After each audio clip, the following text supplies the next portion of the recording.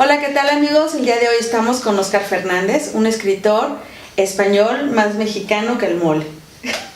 ¿Qué tal, Berito? Gracias por... Sí, es que hemos hablado de ti en varias ocasiones, contigo en varias ocasiones, y pues hay que resaltar eso, que eres español, pero eres mexicano de corazón. Pues por fortuna está la mezcla de dos mundos y eso me hace ser yo y entender esos dos mundos desde un punto de vista muy diferente. ¿Y cómo lo ves tú desde afuera? Desde afuera justamente es la palabra. Siempre he estado afuera y siempre que llegas a un lugar te dicen, tú no eres de aquí, por alguna mínima diferencia que encuentran. Y es bonito conservar lo mejor de cada uno de estos dos mundos, pero al mismo tiempo pues a veces te quieres sentir integrado y por una o por otra razón te cuesta trabajo. Y te costó trabajo porque, bueno, haces un libro que es el de lo que vamos a hablar el día de hoy, donde narras parte de tus vivencias estando en México.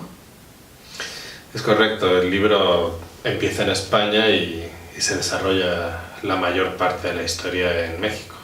En México. En una gran escuela que simboliza un pequeño sistema que es un sistema finalmente. Un sistema.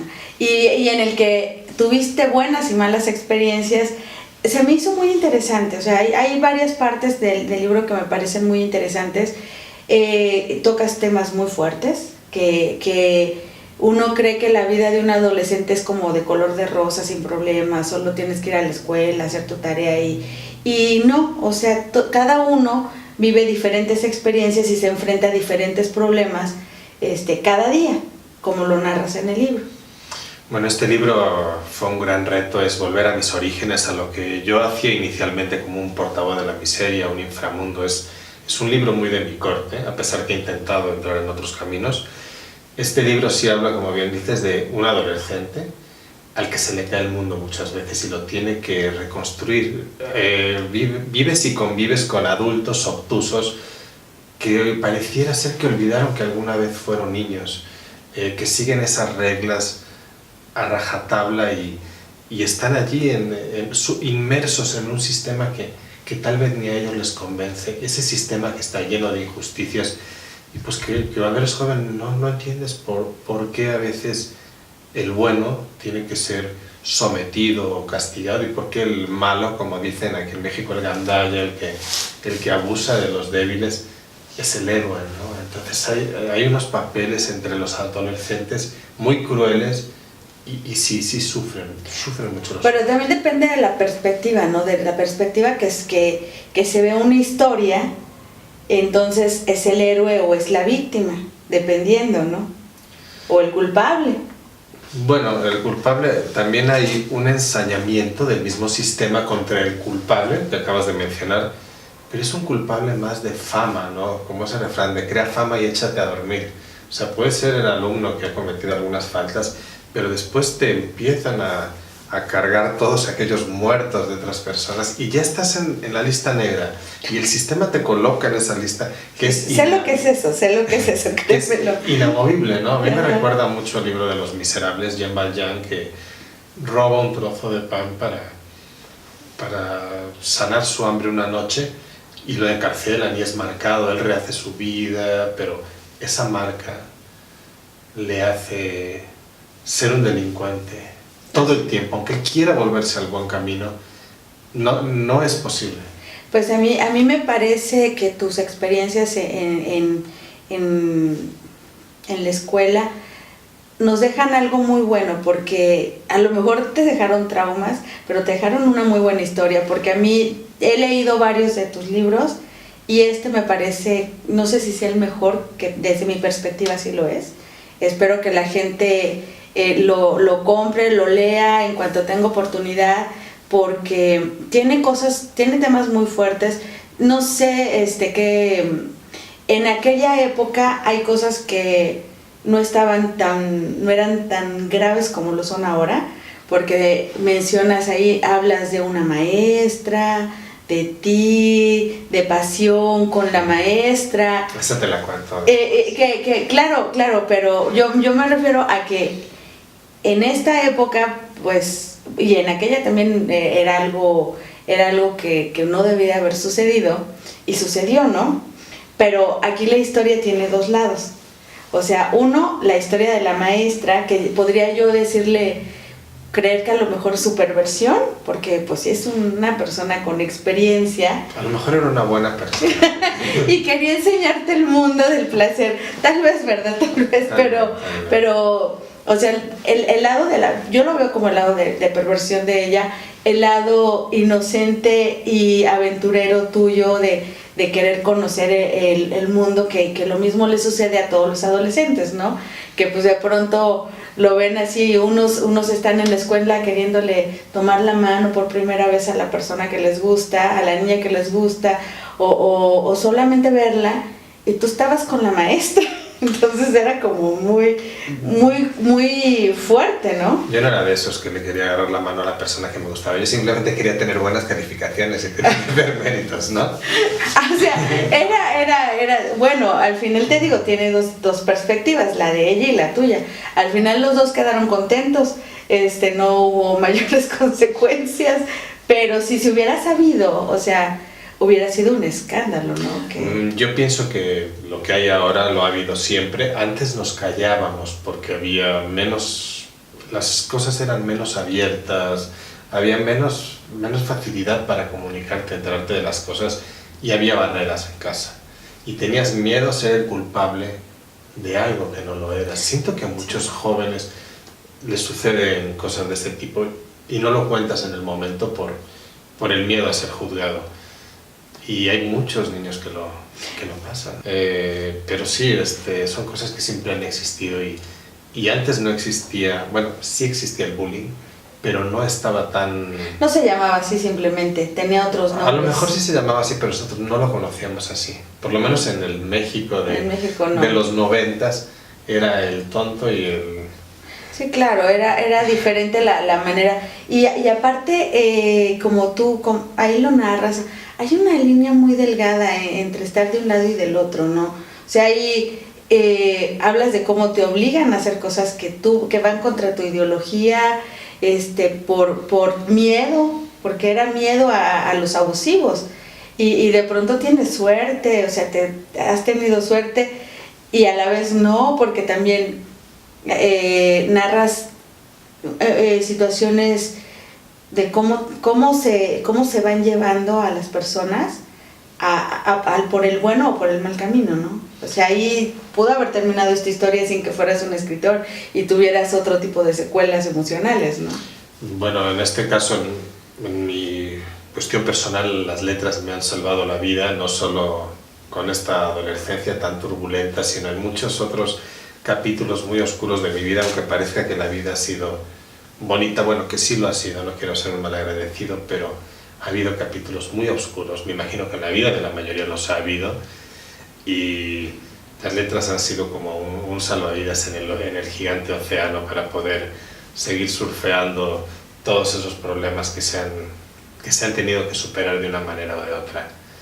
Pero sí ha habido capítulos muy dolorosos y, como te decía, cuando eres joven le das una dimensión a los problemas muy distinta, que a lo mejor eso para ti antes no era un problema y hoy para ti los problemas son diferentes, y tal vez si los analizas como adulto tenga menos sentido, hablando desde el corazón, el problema que tienes hoy, como es pagar el gas, que está subiendo cada día más, o no sé, estar preocupado porque vas a reprobar todas las materias y porque te van a golpear en casa y porque te están esperando en la calle para darte una paliza. Pues sí, en definitiva, cuando no tienes el consejo, no tienes la experiencia, no tienes el apoyo, o a lo mejor lo tienes, pero no hay la comunicación directa con tus padres como tú quisieras que hubiera sido. Y hoy en día ya no te sirve como te hubiera servido en aquel tiempo, cuando necesitabas ese apoyo o cuando necesitabas pues un abrazo, una mano que te tendiera pues el camino en esas situaciones donde el sistema parecía estar en contra de uno, donde los académicos con sus leyes absurdas parecían complicarnos la vida, donde los compañeros abusivos sabían en qué momento golpear y tenían ese Pero lo siguen sabiendo, porque eso sigue sucediendo ahora. Sigue sucediendo y saben en dónde clavar la lanza, son tan buenos para esos menesteres que siguen sabiendo hacerlo, y después de apaleado y de tener mala conducta por ser molestado, en casa tampoco había esa comprensión y no había esa concentración para poder aprovechar esas asignaturas y poderlas aprobar. Y esto terminó en un verdadero desastre, que bueno, pues te lo puedo decir abiertamente, terminó con la expulsión de 2 escuelas, pero también hizo que odiara la escuela en cierta manera. Pero bueno, si acabaste, entraste en el sistema porque tienes que es ingeniería, ¿no?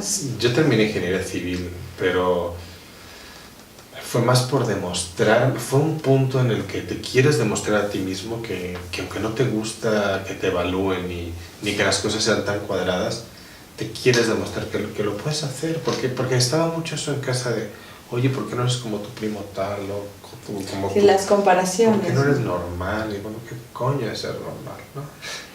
Aquí la situación, aquí lo más importante es que es un libro también que pone en evidencia el fallido sistema académico, el fracaso académico de los alumnos, que no solo es culpa del alumno. ¿Por qué se da ese fracaso?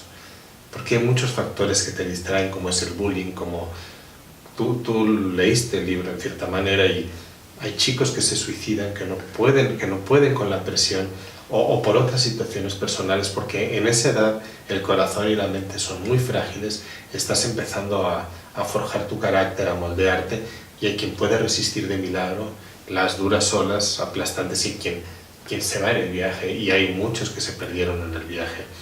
El libro le dice a los maestros que su sistema es fallido totalmente, les están diciendo, puede ser molesto para muchos, y también cómo educas a tus hijos en cierta manera, la comunicación que tienes con ellos, por más que les quieras evitar que pasen un camino de espinas, ellos tienen que vivirlo, tienen que aprender su camino. Claro, pero te voy a decir, en esta época lo que se está viviendo es a lo mejor una sobreprotección de los papás. Yo sí entiendo que ha habido mucho abuso durante mucho tiempo por maestros, por la gente, por los familiares, por los mismos compañeros hacia los niños, pero también algo está sucediendo porque cada vez escuchas tú las noticias, niños de 10 años suicidándose, niños de 11 años suicidándose, que no pueden afrontar un no en la vida. O sea, es de pronto, es una señal de alerta muy grande, y el estar consciente, a lo mejor yo pienso que pudiera haber un papá que no vivió el bullying y no tiene idea de que esto suceda, y este libro acerca a la gente a lo que es la realidad. Entonces sí es muy interesante. A mí la verdad que me atrapó, lo empecé a leer y quería seguir leyendo qué más seguía, porque estaba muy interesante la manera en la que lo narras, es como muy dinámica, como muy, muy ágil, te imaginas cada situación que estás viviendo en ese momento, y yo me imagino ahí al güerito todo hablando españolado y teniendo bullying, ¿sí? O sea, yo me imagino así, pero tenía suerte en todo eso, tenía suerte. Bueno, siempre la suerte te la fabricas un poquito, ¿no? Suerte y no, porque al estar en la boca del lobo algo de repente podía salvarte, pero no ya de una mala situación. El libro empieza diciendo que el niño del libro lloró mucho al nacer porque venía de otro planeta y no quería venir. Parece que lo obligaron a venir, fue una situación forzosa. Una vez que dejó su planeta y nació en España, muy pequeño, tuvo que dejar España porque lo llevaron sus padres con solo 3 años. Entonces, después de haber dejado el planeta, deja su país, ¿no? Y después llega a otro país donde ya no está integrado y al mismo tiempo pierde el vínculo y la integración con su propio país, ¿no? Tiene la vista de esos dos mundos. Y con la familia, ¿no? Porque los primos y todo se queda allá. Claro, hay contacto posterior, pero no es la misma crianza, es correcto. El caso es que al entrar en este sistema, también con el que no está de acuerdo, y muchos otros factores que se van sumando en el libro te ponen en total desventaja. Pero a todo esto, el libro, todos los capítulos tratan de tener humor, porque a fin de cuentas, antes de irnos a nuestro planeta, tenemos que reírnos un poco de la vida y de lo que nos pase. Puedes estar en la peor situación, a punto de ser fusilado, y nunca es tarde para hacer un buen chiste. Pero ahora, esa es una naturaleza muy mexicana, ¿sabes? El hacer... Española. Pues entonces tienes esa fusión de las dos cosas, de reírnos, porque los mexicanos nos reímos de las peores tragedias que nos sucedan. Y como que es de, pues ya chale, pues ya hay que reírse, ¿no? El humor negro es universal. Sí, claro. Pero las situaciones, somos muy similares en muchas cosas. Y eso es lo que he aprendido, que somos personas en todos lados tratando de defender un lugar en el que nos tocó nacer, Claro. sin saber por qué lo defendemos. Simplemente porque nos enseñaron que esa es tu patria, que este es tu lugar. Pero cuando eres un buen patriota, eres cuando pagas impuestos de verdad, cuando haces el bien a otras personas, no cuando defiendes contra un pobre iluso que no estuvo ni en la conquista, no ensañarte con la figura que te recuerda lo que los libros de historia te dicen que pasó. Y modificado, o sea, bueno, es que sí, en México la historia, como en muchos lados, se ha modificado conforme los gobernantes y conforme lo que les conviene, y han quitado capítulos de la historia importantes que deberíamos de tener conciencia. Bueno. Y eso es de lo que hablas, de que dices, te hacían bullying por ser español, porque ¿qué te decían? ¿Qué te decía la gente? Pues sí, te hablan como si tuvieras estado en la conquista, como si hubiera tenido algo que ver con la Malinche, y yo no fui. Solo fue una mujer. Yo no traje los espejos, espérenme, Sí, no, pero... ni espejo usaba, ni me peinaban. El oro lo traemos puesto, me vestí especialmente aquí para venir contigo. Ah, muy bien, gracias. Sí, siempre es bueno ser diferente. Yo quería al principio pasar desapercibido, ¿no? Pero llega un punto en que se te señala y todo, que dices, bueno, pues si ya el escándalo está puesto, vamos a darle ser más. diferentes. O sea, sí, definitivamente. Y solo lo que te puedo decir es que, bueno, los chicos no están solos. Hay muchos que están sufriendo ahora mismo en algún colegio, en alguna parte del mundo, no por una nacionalidad, a veces por ser obeso, por ser muy delgado, por ser muy alto, por ser muy bajito. ¿Y qué le dirías a los padres de esos niños?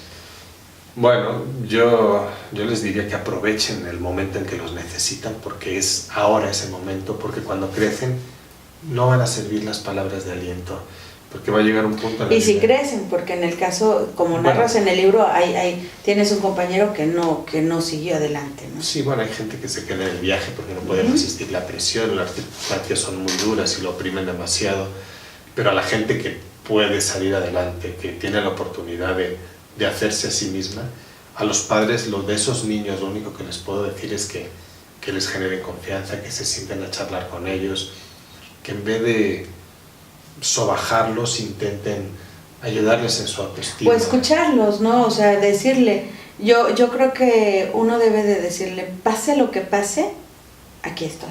Sí. Y pues nada, pues que el libro es para todos, aunque piensen que los niños no lo pueden leer. Yo digo que sí lo pueden leer, tienen experiencias que consciente e inconscientemente ellos viven o han vivido muchos. Los académicos lo tomarán a mal, estos mochos del sistema, que creo que son infelices, porque siguen en el mismo lugar haciendo la misma cosa y no que aprenderán. Lo único que le puedo decir a los padres es que lo lean, pero que lean más las miradas de sus hijos, las expresiones de sus hijos, que tengan tiempo para hablar con ellos antes de meterles una paliza o una regañada, que los escuchen, que entiendan sus razones, y si no las hay, que tengan la paciencia para encontrarlas. Y bueno, para cerrar, pues El Príncipe de Mimbre es el nombre del 10º trabajo. La primicia ha sido contigo, Vero. Gracias. Y contigo empecé este 2018. Ha sido un año súper productivo, al que se le dedicó una gira muy buena en España. En España, te fue muy bien. En España, que la gira se llamó La Última Parada, la hice por Madrid, Granada, Galicia y varios puntos. Y fue un año muy productivo, y diciembre fue escogido para sacar el libro, porque no sabemos hasta cuándo vamos a estar en este planeta, y antes de irnos, pues tratamos de aprovechar este diciembre. Es el mejor mes para sacar algo. Todo. No, pues muchas gracias, agradezco mucho el que estés aquí conmigo, el que vengas y nos muestres este libro aquí, es un honor, y más haberlo podido leer porque de verdad se me hizo un trabajo muy interesante. Me gusta esa parte de poder no nada más leer una historia interesante, sino también conocer a Óscar Fernández, el adolescente, ¿no? Que eras como un loquillo, inocente. Bueno, el príncipe de Mimbre es un príncipe que tiene un reinado inexistente en un lugar que no está en ninguna parte. Y es de mimbre porque el mimbre es un material muy flexible que se va amoldando a todo tipo de situaciones y de cosas. Y eso es lo que somos a fin de cuentas, ¿no? Pensamos que venimos de un lugar donde lo merecemos todo, donde nos esperan. Pero no, en realidad nos escupen a este mundo sin saber a qué venimos, por qué venimos, ni qué vamos a hacer. Y sin un manual, porque venimos sin un manual. Sería bueno traer un instructivo, pero bueno. Y es emocionante la aventura, porque como te dije, tiene mucho humor incluido, pero tiene muchas experiencias muy fuertes, las experiencias que también están escritas en El Príncipe. Que lo lees y no parece que sea tan trágico, pero sí, ya que lo analizas dices, se enfrenta a situaciones muy fuertes. Hay que echarle un poco de azúcar a la tragedia, porque al fin de cuentas nos vamos algún día y tenemos que tomar no tan en serio esta vida. Que nadie va a salir vivo de aquí. Eso es muy cierto. Muchas gracias por estar con nosotros. Gracias, Edith, un placer. Gracias.